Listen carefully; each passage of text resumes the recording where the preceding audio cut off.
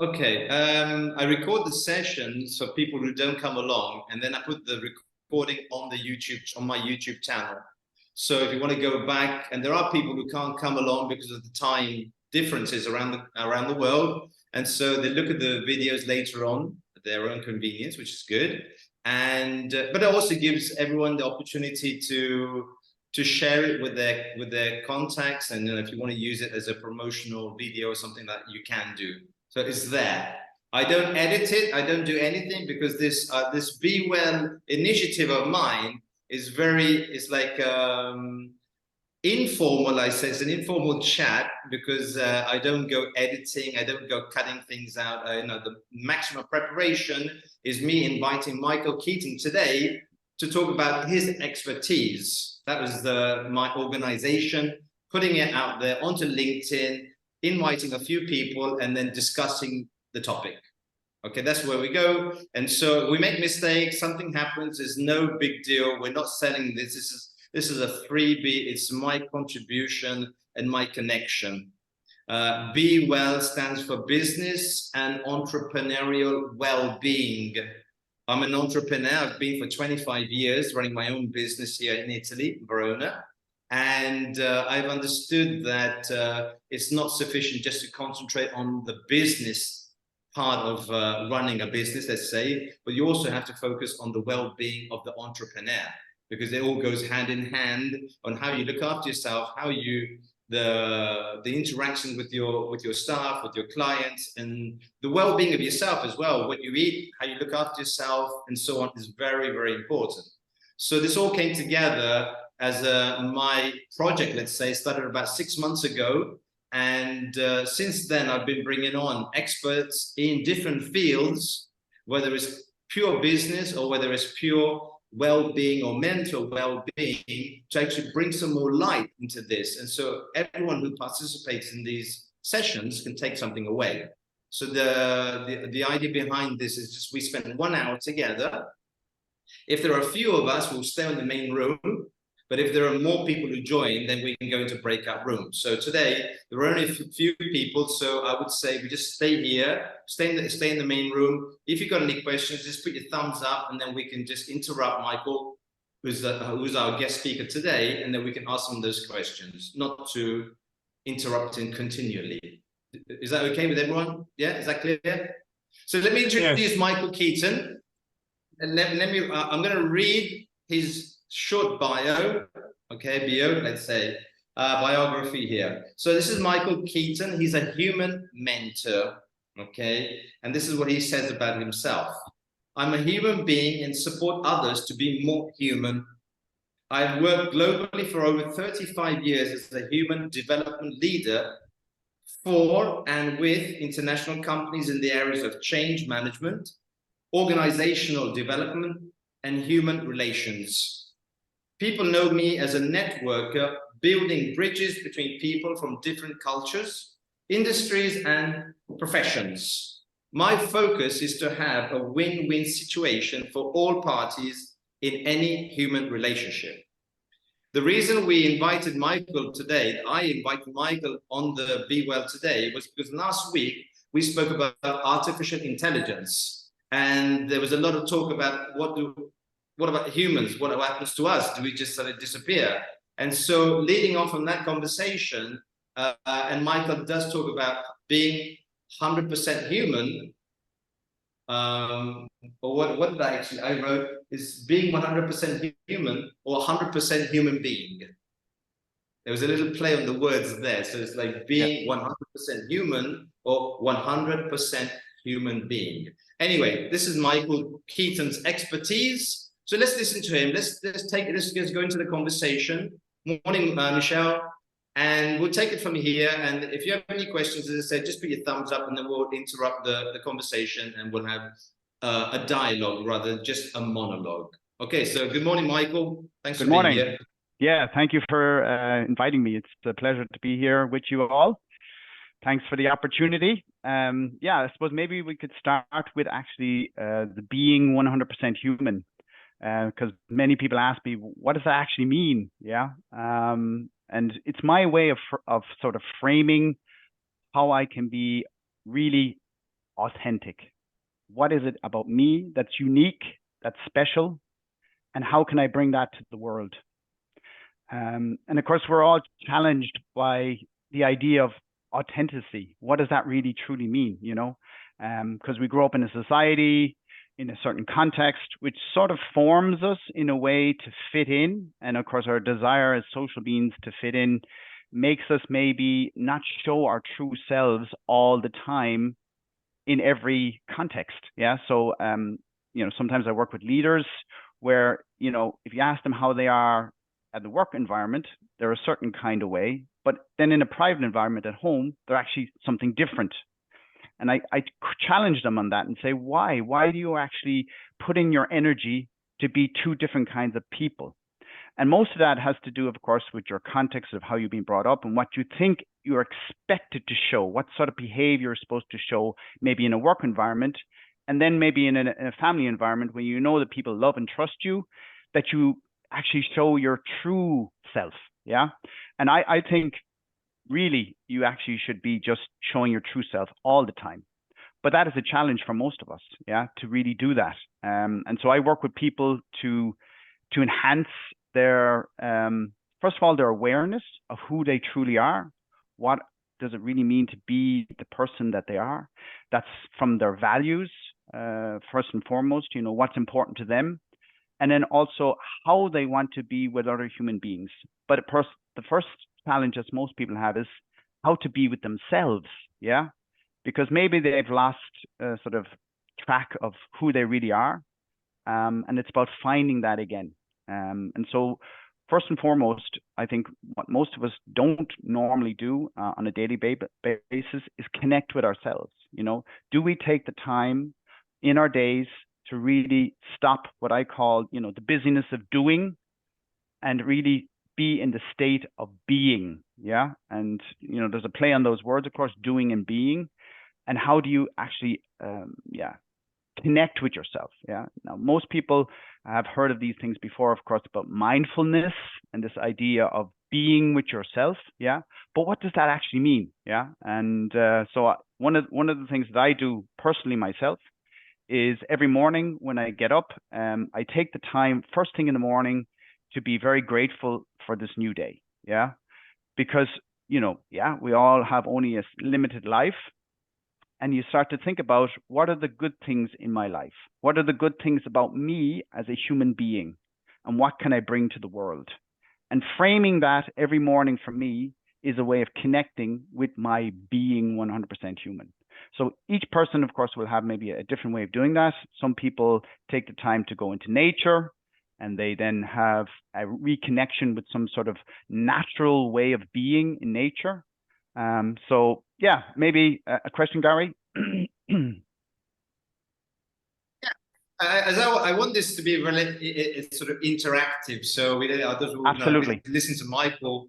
So just put your hands up if you have any sort of insights, any questions. Okay, a question is I'm working with the CEO of a company, and he tells me that he has a different way of coming into the company to give a signal to his employees what is his message. Either whether he's happy, he's not happy, he's relaxed, he wants them to be pushed, and so on. So he tells me the way he dresses, the way he does his hair, the way all this, you know. And so he says the people get a message if whether everything's okay or not.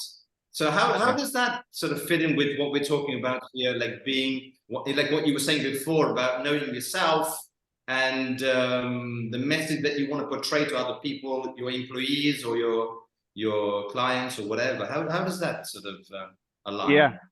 Yeah, I think that's maybe one aspect of doing it, that you're showing maybe an outer signal to people how you are.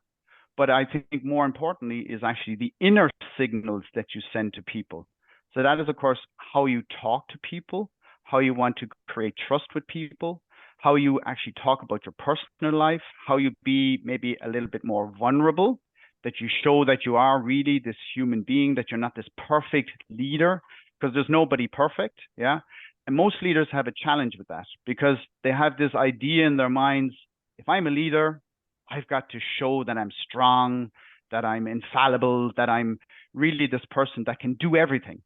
And no human being can do that. Yeah. So what I try to do with my leaders is to develop for them a sense of their own vulnerability and what that means for them and how they can portray that in maybe one-to-one discussions with employees when they're having maybe really personal discussions, or even in a meeting, and how they even start meetings, and how as a leader you really take it upon yourself to make sure that everybody is heard in the room, and that you also then maybe comment on how you're feeling and how you want the meeting to go.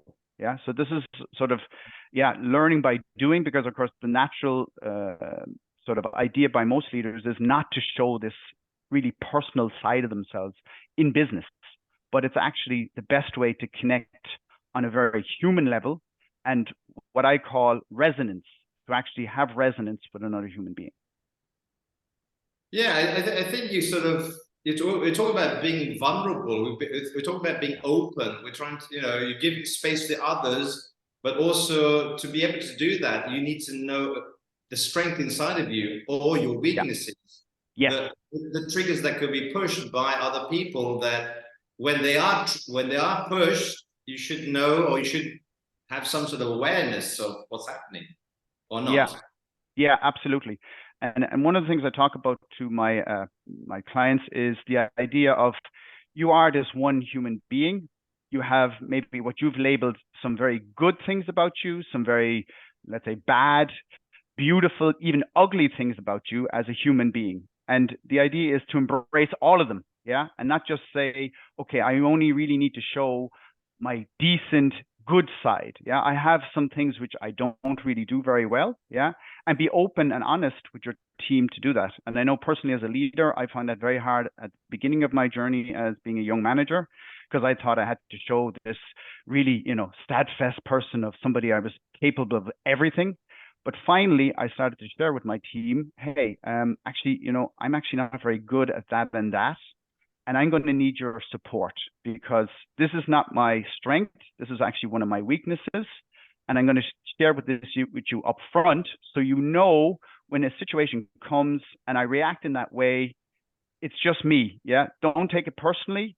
Please don't take it personally, because this is the total Micheal you're getting here. Yeah. And, it was very difficult at the start, and you're taking baby steps. I mean, because we don't normally do this. So you start slowly. And then after a couple of months of actually doing that kind of behavior, people really respect that, first of all, and then they get to actually show their own self. So you get another dynamic that's happening in the team. Would you say that people would take advantage of you being so open and so honest? Can that happen? And if it does happen, what kind of boundary lines, or what can we do to Yeah, I mean, ourselves, or to, I don't know.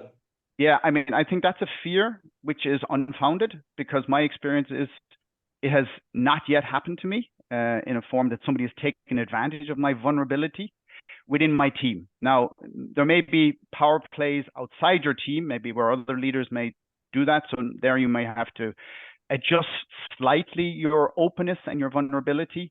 But if you build it within your own team, most human beings are decent human beings. They want to have that human connection. Yeah. So don't be fearful to actually do that. That's my experience. And most of the leaders I've coached to get them to that stage have shared the same sort of experiences. Yeah. So it really is unfounded. Yeah. Anyone have any experience on this? When you've opened up, you've felt that people could take advantage, or they have taken advantage? Micheal, any thoughts on that? Oh, lots of thoughts, Gary.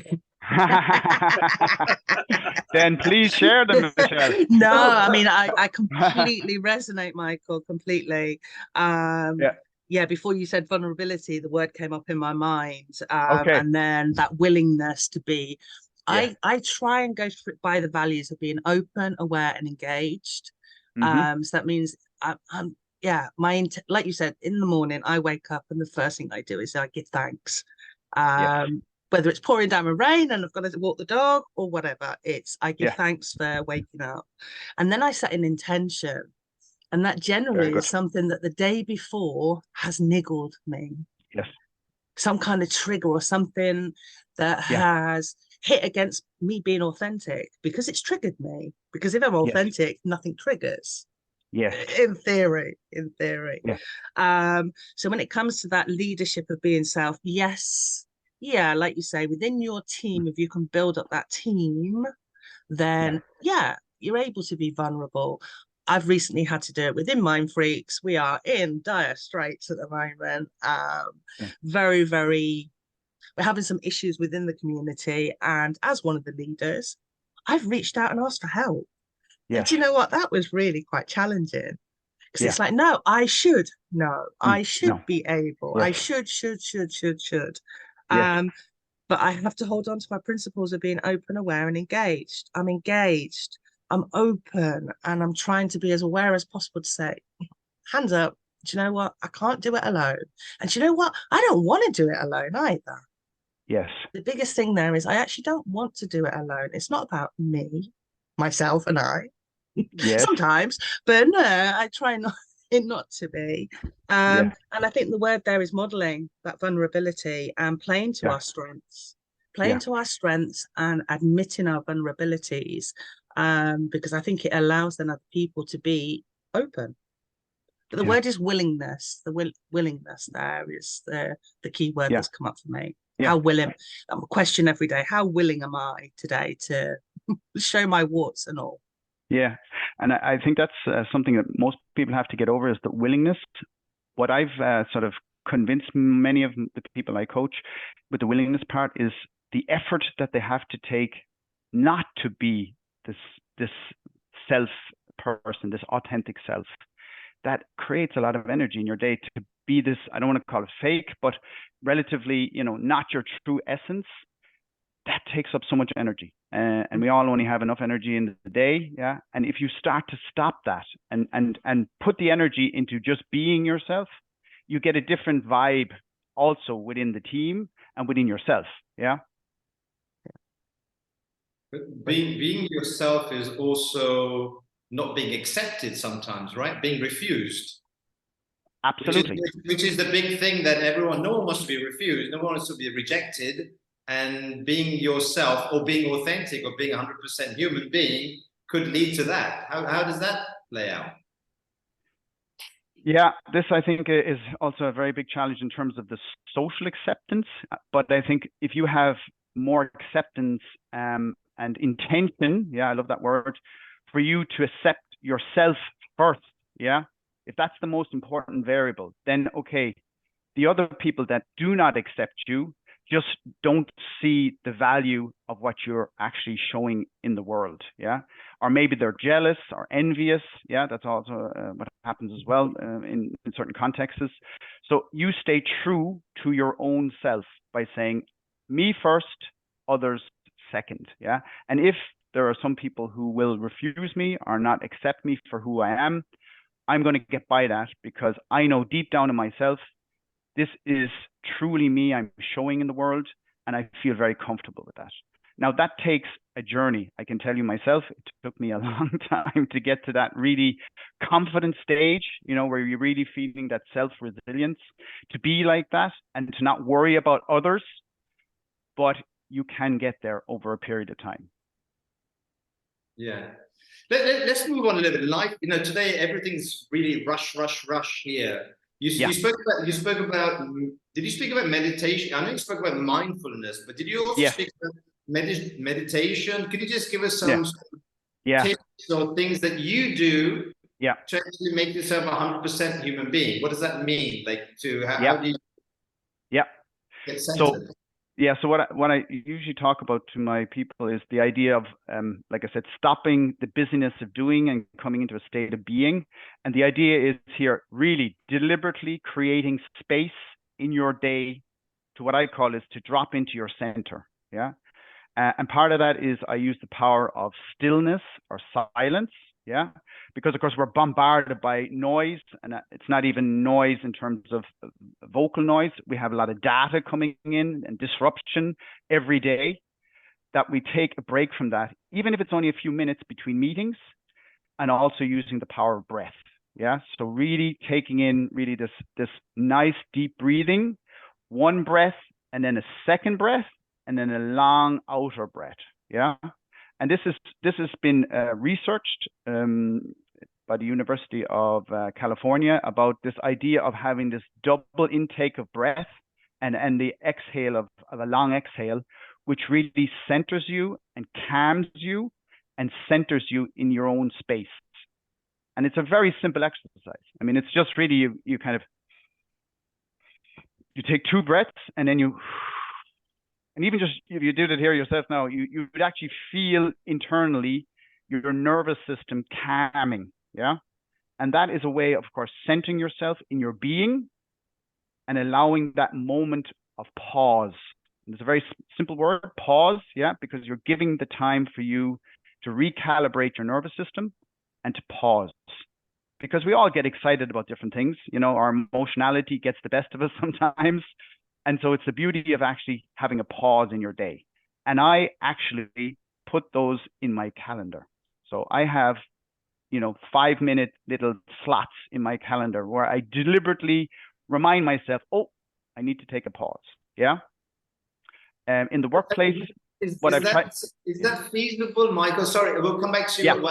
Keith, one second. Because I did something very similar. I put these like alarms on my telephone. Yes. And I'd be in a meeting or I'd be somewhere and the phone would ring and I couldn't answer it because we were in a meeting. No. Someone said, why is your phone going off every sort of like hour or 2 hours or 3 hours? Yeah. So I found that impossible, me personally. Yeah. So one of the other things, of course, if you have a very busy day, and you're really on a workplace, I would do it deliberately that I did my calendar in a way that I always, between meetings, you should never have back-to-back meetings. You should always try to put a 15-minute break between meetings. And I know some meetings will run over, right? But then you have at least 5 minutes for yourself. You can actually maybe close that door, or you can walk to the toilet, or you can do wherever you can get outside your context for those 5 minutes to take that inner sanctum, if you want to call it like that, with your breath. Keith, you had an insight, something to share? Yeah, just when Michael talked about the breathing. Yeah. I was shown one time by a retired surgeon from the US Marines that when you're taking in a breath, and if you purse your lips and slowly exhale that breath, and you put your hands over different muscles, you send energy out through your hand. You can relax muscles in your body. Yeah. So say that again. Can you go through that again? So if you're taking in a breath, you go, and you purse your lips and you go. Right. Slowly exhale. Any muscle that you put your hands on while you're exhaling, you send an energy through your hands and you will relax the muscles where the hands are. Oh, thanks for sharing. I checked it with a voltmeter and you can actually see the voltmeter moving when you're doing that. Yeah. No, and that is an idea of energy management as well. Yeah. So we only have enough energy during our day, and of course we get energy from having maybe some food, walking, etc.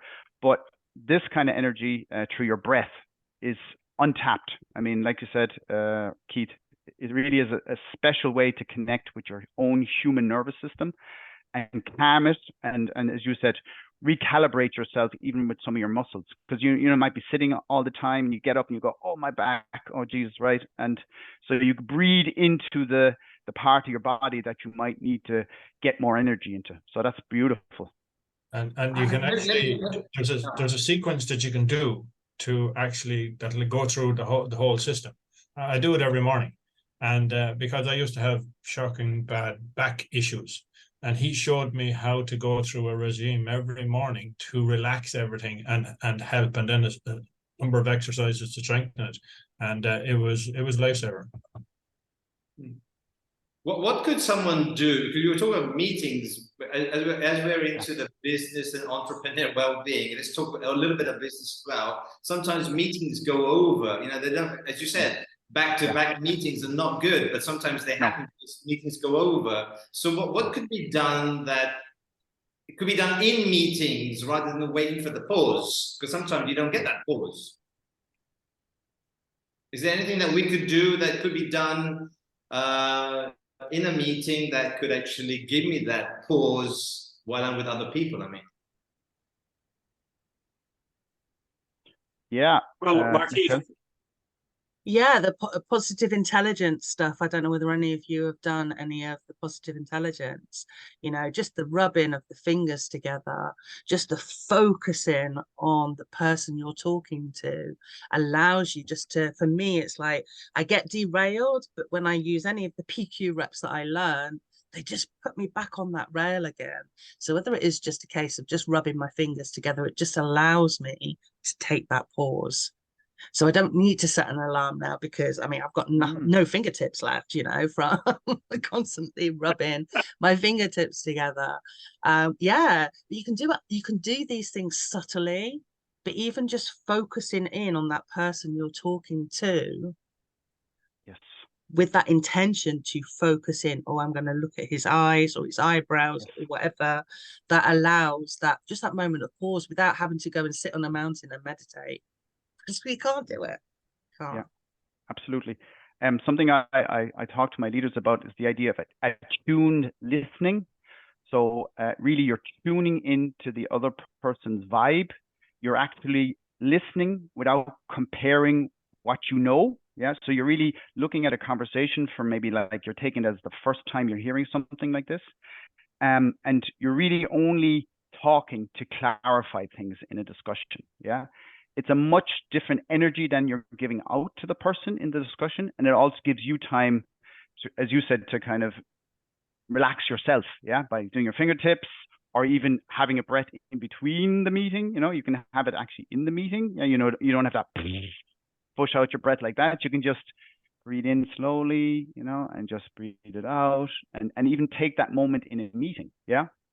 The one thing that I also found very powerful in meetings, if it's also getting very critical, you know, you're having a heated discussion, is create pause, you know. We don't have to play this tennis game of, you know, comments back and forth, yeah.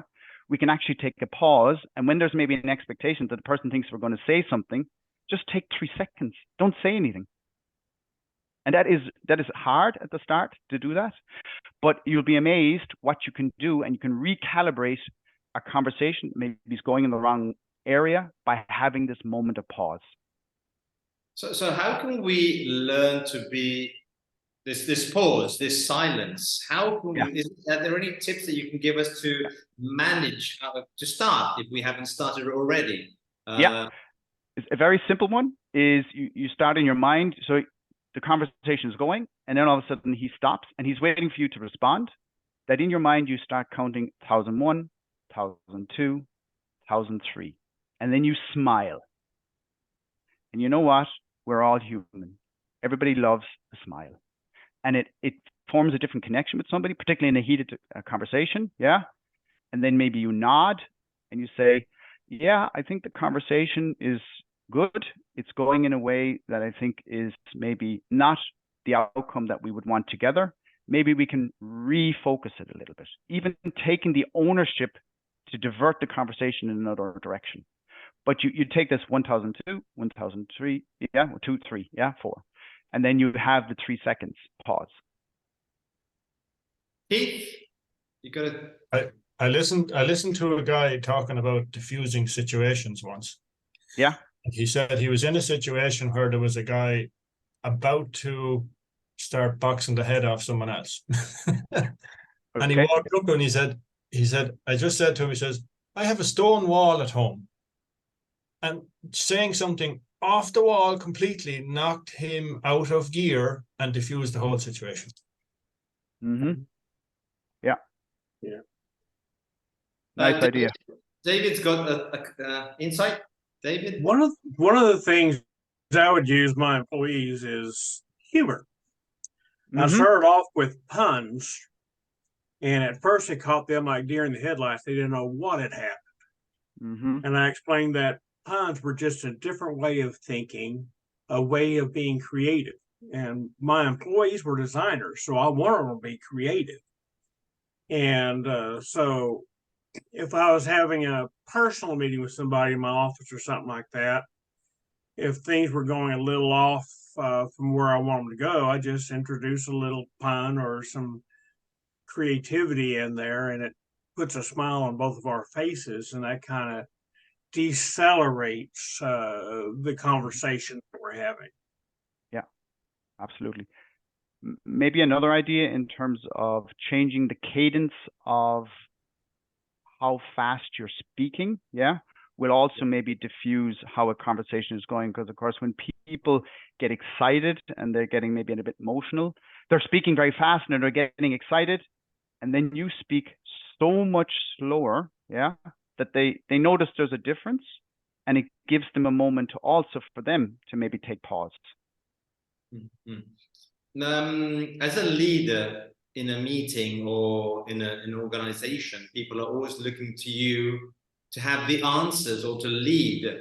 And how are these pauses to be managed when everyone's just waiting on, waiting for you to come up with the next step? Yeah, I think this is a real challenge for most leaders, because the word you used there was always. Yeah. Hopefully you don't be using that word, that you've actually worked with your team to know that you don't always have the answer. And so when people turn to you, you say, okay, I think now we've had a good discussion. We have not maybe found a solution or an answer to what we're talking about here. Let's take a moment, each of us, to reflect what we just talked about. And in the silence, we may come up with some creative insights. And I know that sounds really crazy for most leaders to admit to do that, but it is absolutely fantastically successful. Yeah, I can tell you from leaders who I've worked with where they've tried that. Yeah, because first of all, they need to see that it works. And once they saw that it works, they started using it from time to time in their workshops and their meetings. Talking about being 100% human, okay, David, we'll come back to you. Okay, just another point here is sometimes, talk about values and we talk about the ethics and so on, company ethics and personal. Sometimes they don't align. I mean, the company objectives and the staff or the team values, ethics, or don't align. What happens there? Where do we prioritize? Is it the company objectives take over there, or is it the staff well-being? What happens there? Is it the leader, let's say? Yeah, I would hope there would be some form of alignment that you can find between maybe those mismatch of values, because companies are there to make money. And if there's a situation where the money is not being made, and there may be some things that need to be done to find a solution to make more money, which are maybe creating conflict for people that they have to work overtime or whatever it needs to be. I think you have to show the end state and say, okay, I know it's maybe not in line with your well-being initiatives of having time off, but we need to make sure that the company continues to be successful. And now we need to put an effort in to make money, and it's going to cost us overtime and it's going to cost us effort, but I will certainly reward that in the future, because then we're rewarding because we've been successful in making money for the company. So you're giving a perspective of a future where, yes, you're saying we have to switch off the priority on the well-being for a moment to have a successful future together. So you're framing it differently, and you're not saying, okay, we are just doing this because we have to do this, because have-tos are not good. You want the people to get them into the mode of wanting to, yeah? And so you're framing it differently. David, you had a point, David? Yeah, I forgot what it was right now, though. Sorry about that. No problem. Doesn't matter. I was getting into what he was saying there, and I forgot what it was I was thinking about. It's I interrupted you. We'll come back to you on that. Yeah, it was going back. It's going back there with the company objectives, like you're having to lay off. You have to lay off some people. You have to fire some people because maybe the team's too big. But it's not in line with your values to let people go, but then you understand also that that's important for the company. So it's balancing the company objectives with also your values and the company ethics or the team ethics and so on. I think that's yeah, and in that same mode there, you've got to look at your team members. I mean, just because someone's been with a company for a long time doesn't mean that they're really an efficient worker. You know, and so a lot of people think, well, longevity, that's the way you judge everybody's business, but that's not really true. You have to see what they contribute to the business and how they work. Here's what I was thinking about too in that subject. One of the things I did, which was a little unusual, is I developed a think tank with several of my guys I thought who had a bit better talent. And this think tank wasn't your usual think tank. What I wanted them to do is, I always mentor people to take over my own role. I want people to know how to do my job. And so what I wanted them to do is think about what's the best thing to do for their team, because I had something like 7 different teams. And so I wanted to find a head of those teams, which would help me, because I had 78 employees. I couldn't be with all of them all the time. So I wanted to mentor them on how to think.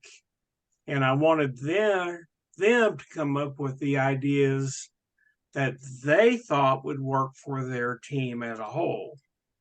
To start off with, on the team, I picked the guys I thought would be working good in the team. And I did not assign them roles. I wanted them to decide what their particular roles in the group would be. And so I attended the meetings, and I just kind of watched. I told them, I'm here if you need me, but I want y'all to decide how you're going to have these meetings go and how we make our employees work. And that was a good way to get them to start thinking in a different way too. Instead of just a boss barking down orders. And they started thinking, well, maybe we can do something different. Maybe we can do something a different way. Maybe approach the way we do business in a different way. And so I think that's very helpful, working with think tanks, if you will. Yeah, I think what you're highlighting here is the idea of ownership, you know, that you gave them ownership and true ownership. So it was like hands-off ownership, as I would call it, from a leader point of view. You said, here, this is your baby, you know, you shape that and frame that what you think is best for your teams to come up with creative insights to make the business more successful. So that's really powerful. Yes, it is. It worked great. I was impressed. How does that, Michael, the question was, how does that tie to being 100% human? Going back to our title of the webinar. Yeah, well, again, you know, we all have individual unique skills that each of us can bring to the table. And if you own something, then you bring your individual skills and your uniqueness to that process. So, for example, if that team leader said, okay, now I have some ideas, some creative insights about my team, but I want to go with them in a different way of creating that he uses then his unique skills of maybe being able to collaborate cross-functionally. Maybe that's one of his skills. And so he goes to other teams and he gets some other views. And then he comes back to the table to David and says, hey, this is what I've come up with. This is my unique approach of actually finding creative ideas how to be successful in the business. So he owns it, but then he uses his unique skill of being maybe able to do cross collaboration in teams to actually be successful. Yes, and Listen, the way we've got 10 minutes. Go ahead, Dave, go ahead. And the way that works, I wonder, we've got about 2, 4, 6, 8. We've got 8 people here. Perhaps we could just take 10 minutes just to go into breakout rooms quickly. Yeah. Just so we get a chance to everyone just talk about these topics here, these points here, and they come back. So it's 20 to the hour. Let's say 10 minutes, and then we come back 10 to the hour, and then we just share what we're taking away. So I'll put you into breakout rooms quickly, okay? We're talking about being 100% human. I'm not going to give you questions. Michael did have some questions, but I think it's just very general stuff about what's your approach to, I don't know, we could talk about, what we talking about? Being vulnerable. We're talking about the work-life balance. We're talking about, I don't know, maybe even the imposter syndrome when you find yourself feeling that you are not who you think you are or you should be, and all that kind of stuff. So let's go into breakout rooms. I'm going to make 1, 2, 3, 4, 4 breakout rooms, and then we'll go randomly into these rooms, and then I'll jump into each room.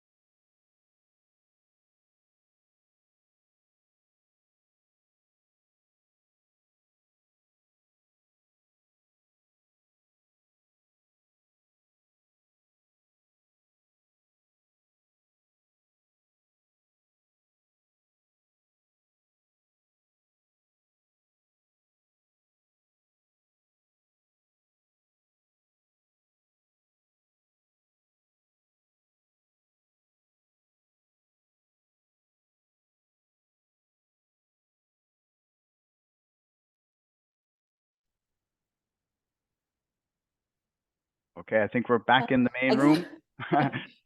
But I think we just have to wait for people to join. Exactly, to join, yeah. They're waiting. So where are you based in the world? I see you have so New basically, York. yeah, I work with Gary. So okay. So basically every room has a wallpaper of a different city. He is in Rome and I'm in New York. Okay, but where are you actually physically? Verona, Italy. Oh, Verona, beautiful. yes. Oh, fabulous. Yes. Very, very nice. Here comes everybody else back in. Here we are.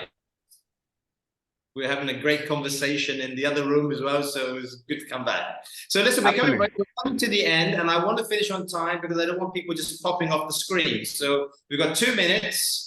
Just what are we taking away? Who's taking anything away from it? David, what are you taking away from this 1 hour conversation with Michael and the others in the group? Actually, mind stimulation. And the group we were just in, you know, we were 3 of us in there and we were having some discussions and stuff like that. And good questions came up. So I was really impressed with that. Okay. Keith, what are you taking away from this hour spent together? Number one, it's good to connect with fresh people. Number two, it's good to see that a lot of people are actually on the same page, and you know, and we'll see how fresh topics and fresh everything else turns out as we go along. But I'm happy enough. I mean, you just sent me the thing 2 minutes before it started, and I said I'll hop on and see what it's about. So I'm glad I did. Thank you for being here. I think, yeah, it's just, I know that a lot of these topics that we've heard in different sources, in different ways, I'm sure we have, but I think it's good for us just to have the language and just to keep updating and meeting new people too. So this is what this BEwell is all about. Okay. So anyone else? Micheal, what's your takeaway? A quick, anything? Silence is golden. Silence is golden. I love that. Good. Jackie, what about you? Are you mentioned something about work and life. What was that? There is no such thing as work-life balance. It's just life. Absolutely perfect. Marie, did you take anything away today from this conversation? Being 100% human also mean to allow room for yourself to change and grow and be wrong. That, you know, if you are being 100% human, you are a lot of time wrong, and what you know is very limited. That is beautiful. Yeah. My takeaway is he who speaks loses. You know, we were talking, he who dares wins. He who speaks loses. That was the talk about puns, David. So that was my takeaway. So listen, as we come to the end, Michael, thank you very much for your time and your participation. Everyone, your knowledge you're sharing. Thank you very much. Every week there's a BEwell webinar. So if you see this and you want to share it, if you want to come along, please do. If you have any speakers who you think could be interesting and they want to bring something to the webinars every Tuesday, drop me a line and let's connect and let's keep in contact. Yeah. So thank you very much, Gary.